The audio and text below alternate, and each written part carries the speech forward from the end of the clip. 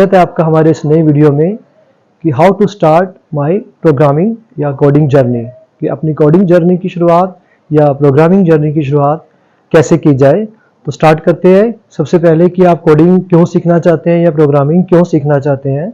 तो कोडिंग सीखने के बहुत सारे रीजंस में से आपका एक रीज़न जॉब भी हो सकता है कि आप फ्यूचर में एक सॉफ्टवेयर डेवलपमेंट की जॉब में आगे जाना चाहते हैं।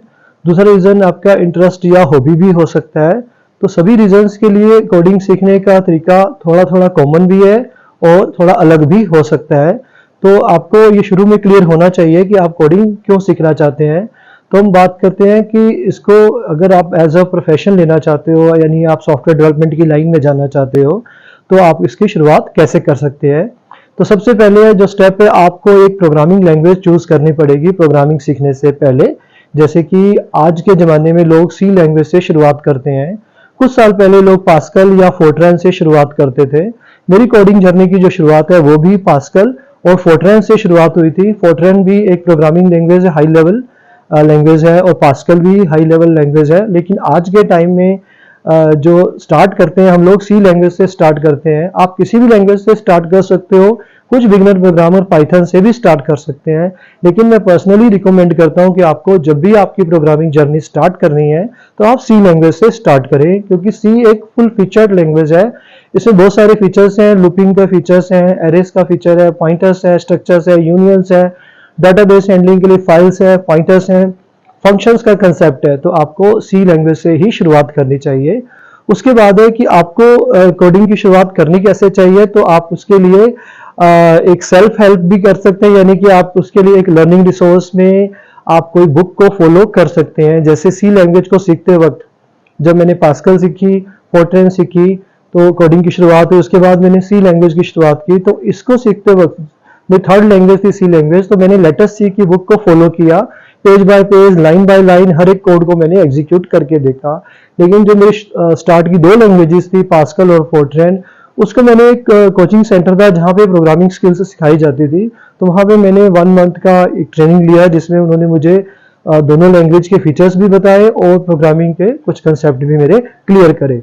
और सी सीखते वक्त मेरा वो सेल्फ लर्निंग से ही हो गया, उन कंसेप्ट्स को यूज करके। तो आपको भी एक प्रोग्रामिंग लैंग्वेज चूज करनी होती है और साथ में एक लर्निंग रिसोर्स भी चूज करना होता है। वो कंप्यूटर सेंटर भी हो सकता है, यूट्यूब के वीडियोस भी हो सकते हैं, आप यूडेमी की हेल्प भी ले सकते हो, या आपके सराउंडिंग में कोई ऐसा हो जिसको ये आता हो तो आप उसकी हेल्प भी ले सकते हैं। तो बुक्स सबसे बेटर रहता है जब आपके पास कोई और मोड ना हो, तो उससे भी बेटर रहता है अगर आप किसी कंप्यूटर सेंटर पे जा पाए या किसी लर्निंग ऐसे के पास जा सके जो आपको डेस्कटॉप पे बैठ के सिखा सके।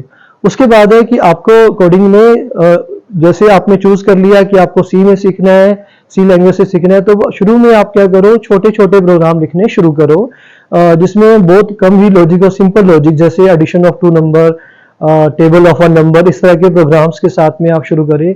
फिर धीरे धीरे आप कॉम्प्लेक्स प्रोग्राम की तरफ बढ़ें, फिर डाटाबेस हैंडलिंग के प्रोग्राम बनाने शुरू करें।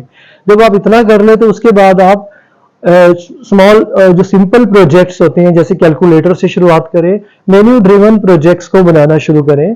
जब सिंपल प्रोजेक्ट आपके बन जाए, फिर कॉम्प्लेक्स प्रोजेक्ट जिसमें ज़्यादा सारे मॉड्यूल्स हो, एक बड़ा प्रोग्राम छोटे छोटे टुकड़ों में डिवाइडेड हो और आपको असेंबल करना भी है, तो कॉम्प्लेक्स प्रोजेक्ट्स की तरफ आगे बढ़े। और उसके बाद इन प्रोजेक्ट्स को करने के बाद आप ऑनलाइन रिसोर्सेज को भी यूज़ कर सकते हैं। कुछ वेबसाइट्स है जिसमें आपको आप जैसे हैकाथॉन या कुछ हैकर रैंक है, कुछ साइट्स हैं जो आपको कोड का एक क्वेश्चन देती है, आपको सोल्यूशन ऑनलाइन प्रोवाइड करना होता है। तो आपका सेल्फ इंटरेस्ट इसमें काम करेगा और आपके रिसोर्सेज काम करेंगे इन प्रोग्रामिंग जो अनसॉल्व्ड आपको क्वेश्चंस मिलते हैं, क्वेरीज होती हैं, उनको सॉल्व करने के लिए। तो मेन थिंग यही है कि आपके पास रिसोर्स अच्छा होना चाहिए और दूसरा आप कंसिस्टेंट रहे। कोडिंग कर रहे हैं, कई बार हम लोग एक दिन तो बहुत सारा काम कर लेते हैं, फिर बीच में बहुत ज्यादा गैप डालते हैं। तो ये स्टडीज की तरह ही है, जितना आप गैप डालोगे आप उससे फिर दोबारा से दूर हो जाओगे।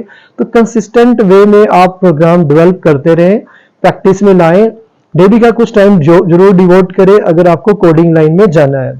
और दूसरा, अगर आपको सी लैंग्वेज में डिफिकल्टी लग रही है, आपको लगता है कि आपको इसमें फीचर नहीं सेट करना, तो आप वेब डेवलपमेंट में जाना चाहते हो, तो आप HTML से भी शुरुआत कर सकते हैं। HTML एक सिंपल सी लैंग्वेज है जिसमें टैग्स का यूज करना बताते हैं और उन टैग्स को यूज करके आप वेब पेजेस को डिजाइन कर सकते हो। तो होपफुली इस वीडियो के कंटेंट आपको इंफॉर्मेटिव लगे होंगे। जल्दी मिलते हैं आपसे एक नई वीडियो के साथ।